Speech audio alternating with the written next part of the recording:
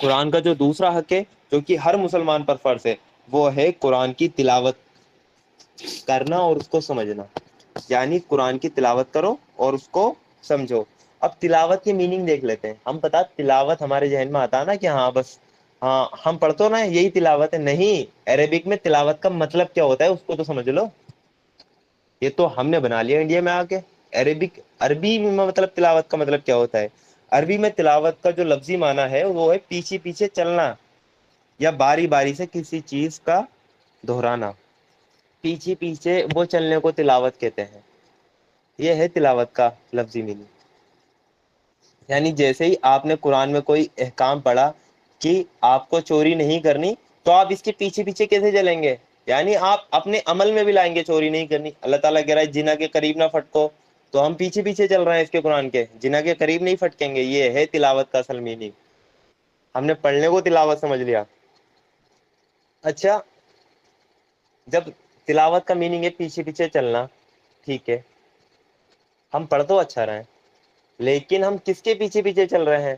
سمجھ میں تو کچھ آ نہیں رہا، تو بنا سمجھے قرآن کو کیا پڑھنے کا کوئی لوجک بنتا ہے؟ عربوں کو تو عربی آتی تھی، آپ عربک سیکھیں، آپ کیوں نہیں سیکھتے عربی؟ آپ نے انگلش سیکھی، آپ کو اگر آپ کو یوروپ کنٹری جانا ہے تو آپ اٹلی سیکھ رہے ہیں، آپ جرمنی سیکھ رہے ہیں کہ اور جو لینگویج ہوتی ہیں وہ بھی آپ سیکھ لیتے ہیں۔ کیوں؟ آپ کو پیسہ کمانا ہے، امپورٹینس ہے اس کی۔ عربی کیوں نہیں سیکھتے؟ کیا کریں گے سیکھ کے؟ کون سا پیسہ ملنا ہے؟ اللہ تعالیٰ کا کلام ہی تو ہے۔ ہاں بتا دیں گے مولوی صاحب جمعے کے دن جائیں گے تو 2 رکعت پڑھنے جائیں گے، وہ بتایا تو بتایا، ورنہ تو وہی وہاں تو کس سے کہانیاں چلتی رہتی ہیں، وہی کس سے کہانیاں سن کے آ جائیں گے۔ یہی تو ہے تلاوت کا میننگ، ہم نے نہیں سمجھا، پیچھے پیچھے آنا، باری باری سے اس چیز کو دہرانا۔ تو یہ ہمیں سمجھنا چاہیے، جو قرآن کا حق ہے تلاوت کرنا۔ یعنی ہر مسلمان کو یہ چاہیے کہ وہ قرآن کو عربی میں صحیح تجوید کے ساتھ پڑھے اور قرآن کو اچھے سے تلاوت کرے اور اس کو سمجھے۔ تلاوت سے کیا ہوگا؟ روحانی سکون بھی ملتا ہے انسانوں کو، اور سمجھنے سے کیا ہوگا؟ اس کو ہدایت ملے گی۔ بہترین تلاوت سے روحانی سکون بھی ملے گا، اچھی قرات ہوگی تو، اور اس کو سمجھنے سے اس کو ہدایت ملے گی۔ تو تلاوت میں سمجھنے کا بھی مفہوم داخل ہے اور عمل کرنے کا بھی مفہوم داخل ہے۔ تلاوت کو صرف تلاوت نہ سمجھیں، تلاوت میں ہی اس کے سمجھنے کا مفہوم داخل ہے، اور اس پر عمل کرنے کا مفہوم بھی تلاوت میں ہی داخل ہے۔ یہ ہے قرآن کی تلاوت۔ کیا ایسے قرآن کی تلاوت ہم کر رہے ہیں؟ ہمیں تو پتہ ہی نہیں چل رہا۔ ہم کہہ رہے ہیں ایاک نعبد و ایاک نستعین، اور باہر جا کے بتوں کے آگے پوجا کر رہے ہیں۔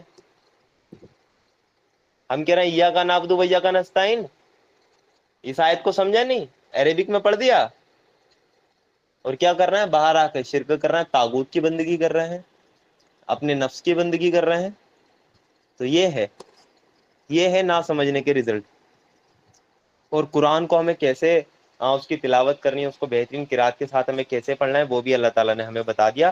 سورہ مزمل کی آیت نمبر 4 میں اللہ تعالیٰ نے کہا، اور قرآن کو خوب ٹھہر ٹھہر کر پڑھو۔ ایسے پڑھنا ہے قرآن کو، خوب ٹھہر ٹھہر کر پڑھو۔ اگر میں آپ کو بتاؤں کہ میرے آقا دو جہاں محمد صلی اللہ علیہ وسلم کا جو قرات کا جو طریقہ تھا وہ کیسا تھا، تو اللہ کے رسول صلی اللہ علیہ وسلم کا جو قرات کا طریقہ تھا کہ وہ الفاظ کو کھینچ کھینچ کر پڑھتے تھے۔ صحیح بخاری کی حدیث ہے، جیسے کہ مثال کے طور پر اس حدیث میں صحیح بخاری میں جو کہ کہ جیسے اللہ کے رسول صلی اللہ علیہ وسلم اگر بسم اللہ الرحمن الرحیم پڑھتے تھے تو اس میں اللہ رحمان الرحیم کو مد کے ساتھ پڑھتے تھے، یعنی ان تینوں کو کھینچتے تھے۔ اتنی آرام سے اور آہستہ اللہ کے رسول صلی اللہ علیہ وسلم تلاوت اور قرات کیا کرتے تھے۔ ہمیں یہ حدیثیں کیوں رکھ رہا ہوں، یہ آیت کیوں ہے قرآن کو خوب ٹھہر ٹھہر کر پڑھو؟ کیونکہ ہم نے قرآن کے ساتھ بڑی ناانصافی کر دی۔ ہم قرآن پڑھتے بھی ہیں تو پتہ کیسے پڑھتے ہیں؟ ہمیں خود اس کا پتہ ہے کہ ہم کیسے پڑھتے ہیں۔ صرف سامنے والے کو من من من من کی آواز آتی ہے، اور وہ گھر کی خواتین قرآن پڑھ رہی ہیں۔ رمضان میں کوئی 5 قرآن مکمل کر رہی ہے، کوئی 10 قرآن مکمل کر رہی ہے۔ بھائی آپ نے اتنی تیز اسپیڈ سے قرآن پڑھ کیسے دیا؟ اللہ کے رسول کی ایک حدیث ہے، جس نے 3 دن سے کم میں اگر قرآن مطلب کہ ختم کیا، پورا قرآن اس نے 3 دن سے کم میں پڑھ دیا، تو اس نے قرآن کو سمجھا ہی نہیں۔ یہ ہے 8 قرآن 10 قرآن رمضان میں پڑھ دیے، کیا کرا پڑھ کر؟ کتنی آیتیں سمجھ میں آئیں؟ کیا اس کو ایسے پڑھنا تھا؟ اللہ تعالیٰ کہہ رہے ہیں قرآن کو خوب ٹھہر ٹھہر کر پڑھو، رک رک کر پڑھو، آرام سے پڑھو، آہستہ پڑھو، اچھی قرات کے ساتھ پڑھو۔ اللہ کے رسول صلی اللہ علیہ وسلم کا کیا طریقہ تھا وہ ہمیں بتایا جا رہا ہے، اور ہم کیا کر رہے ہیں کہ اس کو ایسے ہی پڑھ رہے ہیں کہ من من من، اتنی تیز رفتار سے ہم اس کو پڑھ رہے ہیں۔ اور ام سلمہ رضی اللہ عنہ سے بھی یہی سوال کیا گیا کہ اللہ کے رسول صلی اللہ علیہ وسلم کی جو تلاوت تھی، جو قرات تھی، وہ کیسی تھی؟ تو انہوں نے بھی بتایا کہ اللہ کے رسول صلی اللہ علیہ وسلم ایک ایک آیت کو الگ الگ پڑھتے، اور ہر آیت پر ٹھہرتے جاتے تھے، یعنی ایک ایک آیت کو الگ الگ پڑھتے اور ہر آیت پر ٹھہرتے تھے، وقفہ لیتے تھے۔ ہم نہیں لیتے وقفہ، ہم تو بڑی اسپیڈ سے نکل جاتے ہیں۔ اس کا اگزامپل بھی دیا گیا اس حدیث میں، مسند احمد کی حدیث ہے، ابو داؤد میں بھی ہے، ترمذی میں بھی حدیث ہے۔ اس کا اگزامپل بھی دیا گیا کہ الحمدللہ رب العالمین پڑھ کر رک جاتے، پھر کہتے الرحمن الرحیم، پھر ٹھہرتے، اس کے بعد کہتے وہ رک کر کہتے مالکی یوم الدین۔ ایسے پڑھتے اللہ کے رسول صلی اللہ علیہ وسلم، رک رک کر، ٹھہر ٹھہر کر۔ ہم کیا کہتے ہیں؟ الحمدللہ رب العالمین الرحمن الرحیم۔ اتنی تیز تو پڑھتے ہیں ہم نماز، سکون نہیں ہے نمازوں میں۔ کیوں نہیں ہے؟ اس لیے نہیں ہے، بہت سمجھ کر پڑھ رہے ہیں ان کو کہ نماز پوری کرنی ہے، تو اتنی تیز اسپیڈ سے پڑھنا ہے۔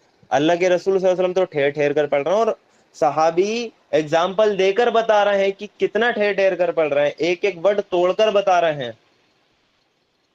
اور ایک دوسری روایت ہے جو کہ ترمذی میں بھی ہے، نسائی میں بھی ہے، کہ حضرت ام سلمہ رضی اللہ عنہ بیان کرتی ہیں کہ حضور صلی اللہ علیہ وسلم ایک ایک لفظ واضح طور پر پڑھا کرتے تھے۔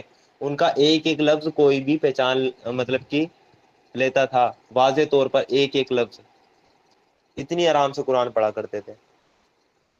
اس کے بعد صحیح مسلم میں بھی حدیث ہے، سنن نسائی میں بھی ایک حدیث ہے، حضرت حذیفہ بن یمان کہتے ہیں کہ ایک بار میں رات کی نماز حضور صلی اللہ علیہ وسلم کے ساتھ وہ کھڑا ہو گیا، وہ نماز میں اللہ کے رسول صلی اللہ علیہ وسلم کے ساتھ وہ کی حضرت حذیفہ بن یمان کھڑے ہو گئے، تو انہوں نے بتایا کہ اللہ کے رسول صلی اللہ علیہ وسلم کی جو قرات کا انداز دیکھا انہوں نے، وہ یہ تھا کہ جب تسبیح کا موقع آتا، یعنی جب قرآن میں اللہ تعالیٰ کی تسبیح بیان ہوتی، تو وہاں اللہ کے رسول صلی اللہ علیہ وسلم بھی رک کر تسبیح فرماتے، جہاں دعا کا موقع آتا تو وہاں دعا بھی مانگتے، اور جہاں اللہ کی پناہ مانگنے کا موقع آتا وہاں اللہ تعالیٰ کی پناہ بھی مانگتے، ایسے کر کے رک رک کر، ٹھہر ٹھہر کر، یعنی قرآن کو سمجھ رہے تھے نا وہ، ان کی تو لینگویج تھی عربی، تبھی تو وہ کر رہے تھے۔ دعا کا موقع کہاں آ رہا ہے، اللہ کی پناہ مانگنے کا موقع کہاں آ رہا ہے، اللہ کا شکر ادا کرنے کا موقع کہاں آ رہا ہے، ہمیں پتہ ہی نہیں چلتا، ہم اس کو سمجھتے ہی نہیں ہے، عربی ہم سے آتی نہیں ہے، اور ترجمہ ہمیں کھولنا ہی نہیں ہے۔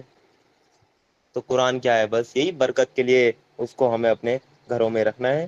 ایک آخری حدیث اور ہے، مسند احمد میں بھی یہ حدیث موجود ہے، اور بخاری شریف میں بھی یہ حدیث موجود ہے، کہ حضرت ابو ذر رضی اللہ عنہ کا بیان ہے کہ ایک بار رات کی نماز میں جب پیارے نبی صلی اللہ علیہ وسلم اس مقام پر پہنچے، اگر تو انہیں عذاب دے تو یہ تیرے بندے ہیں، اگر تو ان کو معاف کر دے تو غالب اور دانا ہے، تو اسی کو دہراتے رہے یہاں تک کہ صبح ہو گئی۔